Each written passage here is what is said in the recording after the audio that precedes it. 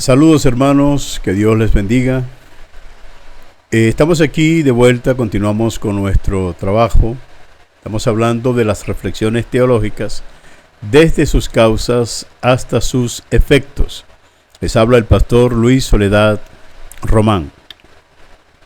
En la entrega pasada estuvimos hablando de los 144,000 como primicias del pueblo de Israel con el propósito de predicarle a los judíos. Los 144,000 vienen siendo una función como la función realizada por los apóstoles para la iglesia, que pudiéramos decir que aunque eran judíos, también eran iglesia. Y aunque eran iglesia, no pertenecían al grupo generalizado de la iglesia, sino que eran considerados como la parte media entre Jesucristo y la iglesia. Es decir, que los apóstoles vendrían siendo lo que es la estructura doctrinal de la iglesia como tal, y por eso a ellos se le conoce como los pilares de la iglesia. En este caso, los 144,000 tienen características muy parecidas. No son apóstoles, ellos son hebreos, son judíos, pero no comparten todo lo demás que comparten los judíos. Tienen una primicia y tienen características distintas y muy bien definidas. Es decir, que si el pueblo de Israel está dividido en grupos, entonces los 144,000 vienen siendo la primicia que han de predicarle al resto de la nación hebrea, y ya nosotros hemos visto cómo está dividido el pueblo hebreo, y cuando la Biblia habla del resto de la generación o de la descendencia de la mujer. Eso tal vez podamos hablarlo en otra ocasión. Hoy nos detendremos a analizar el capítulo 12 del libro de Apocalipsis y vamos a leer de la siguiente manera. Apareció en el cielo una gran señal, una mujer vestida del sol, con la luna debajo de sus pies y sobre su cabeza una corona de 12 estrellas. Y estando encinta clamaba con dolores de parto en la angustia del alumbramiento. También apareció otra señal en el cielo. He aquí un gran dragón escarlata que tenía 7 cabezas y 10 cuernos, y en sus cabezas 7 diademas, y su cola arrastraba la tercera parte de las estrellas del cielo y las arrojó sobre la tierra. Y el dragón se paró frente a la mujer que estaba para dar a luz, a fin de devorar a su hijo tan pronto como naciese. Y ella dio a luz un hijo varón, que regirá con vara de hierro a todas las naciones, y su hijo fue arrebatado para Dios y para su trono. Y la mujer huyó al desierto, donde tiene lugar preparado por Dios, para que allí la sustenten por 1260 días. Después hubo una gran batalla en el cielo. Miguel y sus ángeles luchaban contra el dragón, y luchaban el dragón y sus ángeles. Vamos a dejarlo hasta aquí y vamos a hablar entonces de las características que presentan estos acontecimientos. Básicamente, para el pueblo de Israel, el Mesías no ha nacido. Debemos partir desde esta premisa para que podamos entender la verdad de estas cosas que se están desarrollando, de estos acontecimientos que se están dando. Nosotros como gentiles se nos dificulta entender estos acontecimientos, pero debemos hacer uso de todas las herramientas que tengamos a nuestro lado, a nuestro alrededor. ¿Qué es lo primero que vamos a analizar acá en este asunto? Bueno, aquí tengo algunos apuntes que he tomado y por supuesto voy a irlos analizando poco a poco, y vamos a hacer un bosquejo descriptivo, mental, pudiéramos hacerlo, ¿no? Un bosquejo descriptivo para ir hilando el pensamiento de todo lo que se nos está narrando en estos acontecimientos, y debemos hacer uso de estas herramientas para que podamos discernir con claridad qué es lo que quiere el autor, qué nos está tratando de decir el autor a través del desarrollo de este capítulo 12 del libro de Apocalipsis. Y pudiéramos decir de todo el contenido del libro de Apocalipsis y de todo el contenido, ya sea teológico, profético, escatológico, cristológico, neumatológico, todo aquello que nosotros podamos analizar, debemos partir desde la perspectiva de las causas y de los efectos. Vamos a trabajar de esta manera y tal vez se nos haga menos difícil, menos engorroso entender estas cosas que estamos tratando. Primero, apareció una gran señal en el cielo y una mujer vestida de sol. Y esto ya nos trae a la memoria lo que pasó, aquello que dice el libro de Génesis con respecto al patriarca José, donde él veía al sol, a la luna y a 11 estrellas que se postraban delante de él. Entonces, dentro de estas cosas, ya se acuerdan ustedes que cuando José hace estas declaraciones de este sueño, su padre Jacob dice: ¿acaso tú reinarás sobre mí, sobre tu madre y sobre todos tus hermanos? Es decir, que esa comparación del sol, de la luna y de 11 o de 12 estrellas se refiere al pueblo de Israel. La Iglesia Católica dice que es María, ¿no? Y de hecho la presentan con una corona y algo parecido al sol y pisando la luna. Bueno, una cuestión que ellos tomaron de aquí y ahí la mezclaron con algunos elementos que pertenecen a culturas paganas. Pero no vamos a hablar de ese asunto en este momento. Así que estamos hablando entonces del pueblo de Israel, que se parece a una mujer, y vamos a analizar estos aspectos. Son figuras retóricas que se están dando. Y ya en el libro de Jeremías, capítulo 30, hemos visto, que en versículos 6 y 7, cuando la Biblia dice: pregunten ahora, inquieran para ver si el hombre da a luz. Porque he visto a cada hombre que tiene las manos en las cinturas y están pálidos sus rostros. Y dice ahí el escritor, el libro de Jeremías, es la angustia para Jacob. Casualmente, acá en el versículo 2 de este libro, dice: y estando encinta, clamaba con dolores de parto en la angustia de su alumbramiento. Aquí hay un dato curioso que necesitamos entenderlo. Vamos a regresarnos a la premisa que les di al principio, y es que para el pueblo hebreo el Mesías no ha nacido. Para nosotros ya nació. Para la iglesia del Señor Jesucristo y para el mundo occidental ya Jesucristo nació. Pero para el pueblo judío, aquellos que no han creído en Jesucristo, para ellos el Mesías aún no ha nacido. Así que, en base a esta premisa, en base a esta perspectiva del pueblo judío, el Mesías tiene que nacer. Y va a nacer en la gran tribulación. Pero no vamos a hablar de un nacimiento físico. No es un nacimiento como aquel que ya aconteció hace 2000 años en Belén de Judea. Estamos hablando de una concepción religiosa, de una concepción de ideas, donde se concibe en la idea que verdaderamente aquel que nació hace 2000 años es el Mesías que había de venir. Pero solo que para ellos, ahora que lo están recibiendo, y como lo están recibiendo en la gran tribulación, eso se entiende como el nacimiento de Jesucristo en el corazón de ellos. Pero van a ser en medio de grandes angustias, como lo dice el libro de Oseas, capítulo 4, creo que es, capítulo 5, versículo 15. Capítulo 5, versículo 15, que dice la Biblia: en su angustia me buscarán. Jeremías ya nos ha dicho en el capítulo 30 que Jacob está de parto.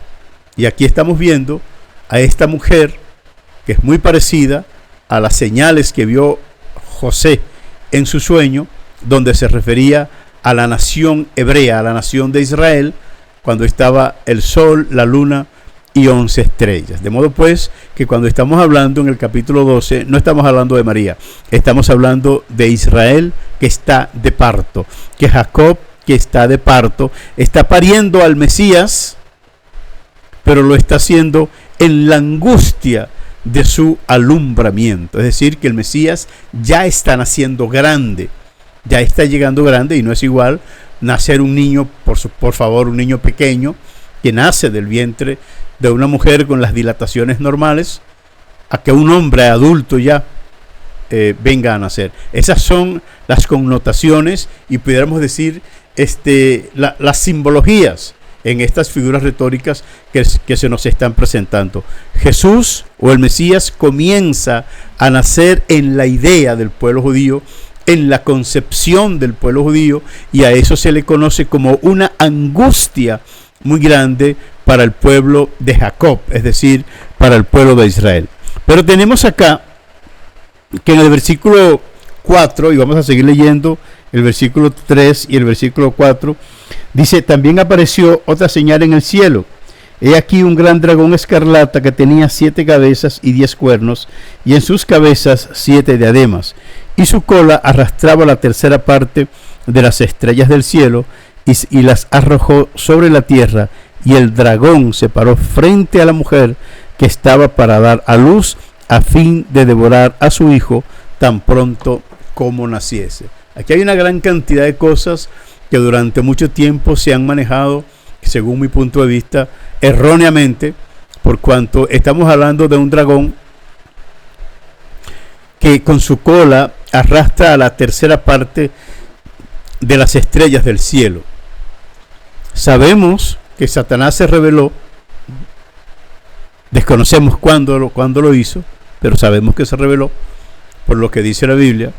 Y este pasaje que hoy estamos viendo acá, yo he escuchado a muchos predicadores, a muchos escatólogos diciendo que eso se refiere a ese momento cuando Satanás se rebeló y que arrastró a la tercera parte de las estrellas del cielo, es decir, a los ángeles.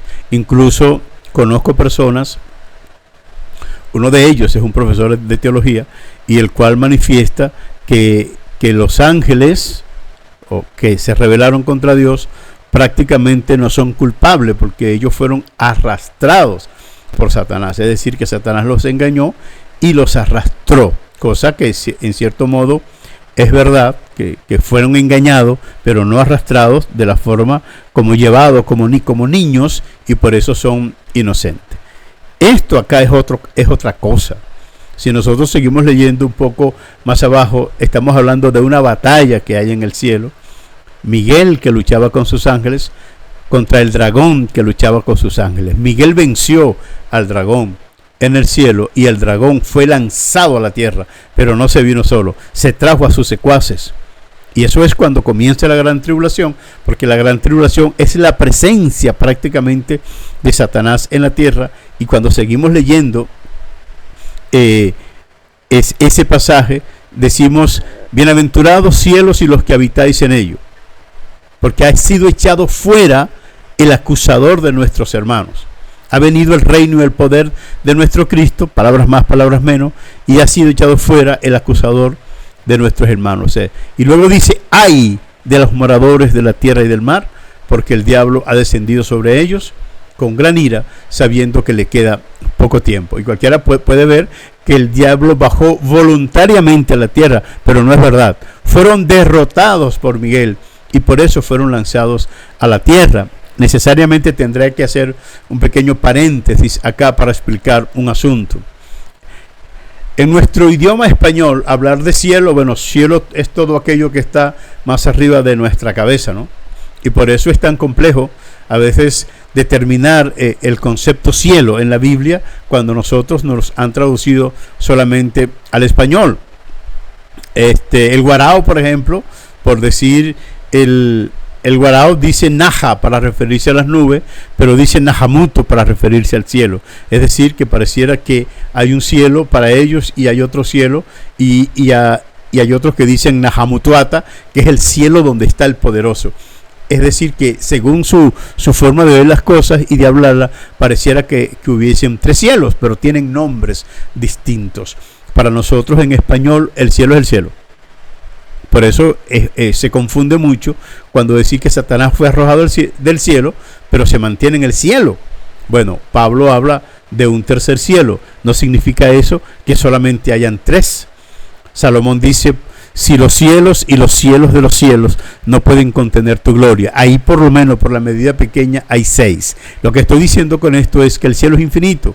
Y entendiendo esto, que es una forma como Dios nos permite y nos habla para que no nos perdamos en esos vacíos no nos perdamos en el infinito y podamos tener concepciones más o menos claras de lo que está aconteciendo. Es decir, que Satanás fue echado de un cielo y cae a otro cielo.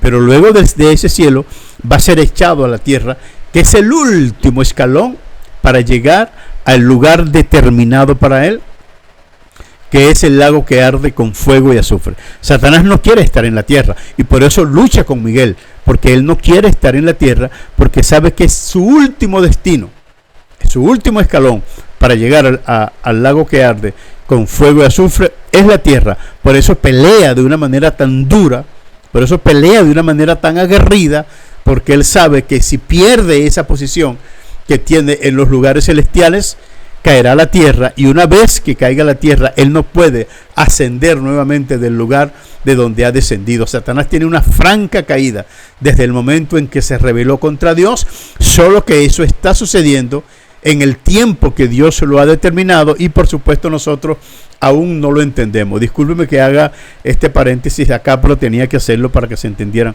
estas cosas. Usted escucha a muchos predicadores, hombres y mujeres, que tienen sueño de que los demonios están perturbando a las almas en el infierno y que Satanás tiene su trono en el infierno. No, Satanás no quiere ir para allá. El infierno es tan malo que Satanás no quiere ir para allá. Satanás está en las regiones celestiales. Pero volviendo al punto, perdón, hay un dragón escarlata que está luchando, pero que está esperando el nacimiento de un niño. Y es importante que ese niño al nacer, sabemos que es el Señor Jesucristo, pero ya no como niño, entiéndase esto, no es un niño de manera literal, es un niño en cuanto a la concepción del pueblo judío, que por cuanto va a comenzar a ser concebido en el pueblo judío, pues se ve como un niño, pero en realidad no es un niño, porque ya él viene a reinar. Y dice la Biblia que regirá con vara de hierro a todas las naciones. Estamos hablando precisamente del Mesías en la parusía, cuando aparezca, y el pueblo de Israel y el mundo entero, como dice el libro de Apocalipsis capítulo 1, versículos 7 y 8 por ahí, que dice todo ojo le verá. Ahora sí, todo ojo le verá. No estamos hablando allí del arrebatamiento de la iglesia, eso ha pasado ya hace mucho tiempo. Volviendo entonces, dice la Biblia que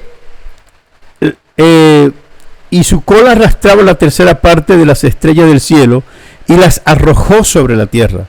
Y el dragón se paró frente a la mujer que estaba para dar a luz, a fin de devorar a su hijo tan pronto naciese. Satanás estaba tratando de borrar en el pueblo judío la concepción de la idea del Mesías, es decir, la concepción de creer en Jesucristo, de creer en Dios a través de la predicación de los 144,000. Eso va a ser una predicación fervorosa, donde el pueblo de Israel va a comenzar a tener un despertar profético como en los tiempos antiguos, pero ahora son 144,000 hombres, todos judíos, celosos de las leyes de Moisés, pero conocedores de la gracia del Señor Jesucristo. Y dice la Biblia: y ella dio a luz un hijo varón que regirá con vara de hierro a todas las naciones, y su hijo fue arrebatado para Dios y para su trono. Por supuesto, el Señor Jesucristo viene con el propósito de reinar, y se utiliza esa expresión por cuanto es una batalla dura, y las palabras que se están utilizando allí son de dureza. Ahora tenemos un punto importante acá, en el versículo 6, que dice: y la mujer huyó al desierto, donde tiene lugar preparado por Dios, para que allí la sustenten por 1260 días. Este es un punto muy importante, ¿no? Por ejemplo, el libro de Oseas, creo que es el capítulo 2, el versículo 14, dice la Biblia que Dios, hablando el profeta Oseas, como que le estuviese hablando a su esposa prostituta, a su esposa pervertida, porque esa es la comparación que hace Dios en relación al profeta Oseas y al pueblo de Israel. Es decir, que en ese punto de vista, lo que representa el pueblo de Israel para Dios es lo mismo que que se puede entender como la mujer, la esposa del profeta Oseas. De modo que el profeta Oseas dice: la llevaré al desierto y allí hablaré a su corazón. Algunas versiones dicen: para que se enamore de mí. Entonces hay un planteamiento muy importante allí, donde el pueblo de Israel tiene que ser llevado otra vez al desierto.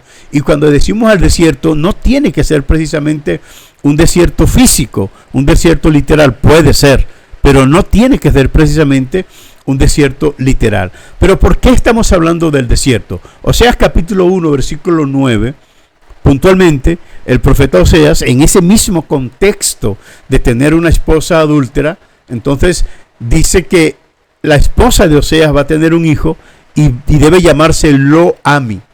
La palabra Ami en hebreo significa pueblo, y Lo, aquí pudiéramos escribirlo, se escribe de derecha a izquierda, Lo significa no, en este caso no pueblo. Entonces, no pueblo mío, ese es un sufijo en primera persona de posesión, es decir, es mío. No pueblo mío, no mi pueblo. Oseas capítulo 1, versículo 9. Pero en el versículo 10 dice: y en el lugar donde se le dijo, vosotros no sois mi pueblo, allí se le dirá, vosotros sois hijos del Dios Altísimo. Este es un detalle que necesitamos entenderlo. ¿En qué momento, en qué lugar Dios le dijo al pueblo de Israel, ustedes no son mi pueblo? Fue en el desierto. ¿Dónde? En el monte Sinaí. Cuando rompieron, cuando adoraron, construyeron un ídolo, construyeron un becerro de oro, Moisés quebró las tablas y Dios dijo: ese pueblo no es mi pueblo, sácame de este pueblo. Éxodo capítulo 32 y luego el capítulo 33 le dice: sácame de este pueblo, ponme el tabernáculo fuera de este campamento, y a ese lugar se le llamará el tabernáculo de reunión. En el capítulo 34, entonces vemos la proclamación de Dios salvando a Israel solo por gracia. Es decir, que el capítulo 32, la rebelión de Israel; capítulo 33, Dios sale del campamento hebreo; capítulo 34, la restauración del pueblo de Israel. En esos tres capítulos hay 2000 años de historia según el Nuevo Testamento, pero añadiendo a todo eso aproximadamente 3000, 3500 años de historia, desde la construcción del becerro de oro hasta el día de hoy. Y todo eso está presente en la mente de Dios, y en el libro de Oseas está desde el versículo 9 hasta el versículo 10, hay aproximadamente 3500 años de diferencia, tal vez sea un poquito más, tal vez sea un poquito menos, 3500 años aproximadamente de diferencia desde que Dios le dijo al pueblo de Israel: tú no eres mi pueblo, hasta el momento cuando lo vuelvo a decir: ustedes son mi pueblo, ustedes son hijos del Dios Altísimo. Y eso es todos esos contenidos que tiene lo que es la escatología y lo que es el planteamiento teológico que se tenga que hacer con seriedad y con responsabilidad con respecto al pueblo de Israel. Entonces aquí estamos viendo que la mujer huye al desierto, donde será sustentada por 3 años y medio. Precisamente tiene que ser llevada al desierto, es decir, al dolor, a la tristeza, a la angustia, porque ella tiene que volver a su esposo, ella tiene que volver a Dios, y Dios la va a recibir, porque el propósito de Dios, como ya lo hemos dicho, es restaurar al pueblo de Israel. Entonces tenemos acá, dentro de toda esta perspectiva, que en la gran tribulación Jesucristo nace para el pueblo hebreo, pero no nace como de María, o sea, no nace como aquella vez que nació hace 2000 años en Belén. No, ahora está naciendo desde Jacob, desde la concepción del pueblo hebreo, y ya nace grande, y nace en la angustia del alumbramiento que dice la Biblia que pertenece al pueblo de Israel, es decir, a Jacob. Estamos hablando de la gran tribulación, y en la gran tribulación el Mesías nacerá en el pensamiento del pueblo hebreo.